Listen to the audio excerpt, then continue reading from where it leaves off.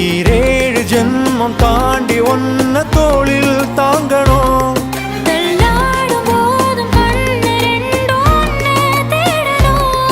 உயிர் விட்டு போகும் அந்த நொடியில் ஓருவம் முன்னால் வரணும்.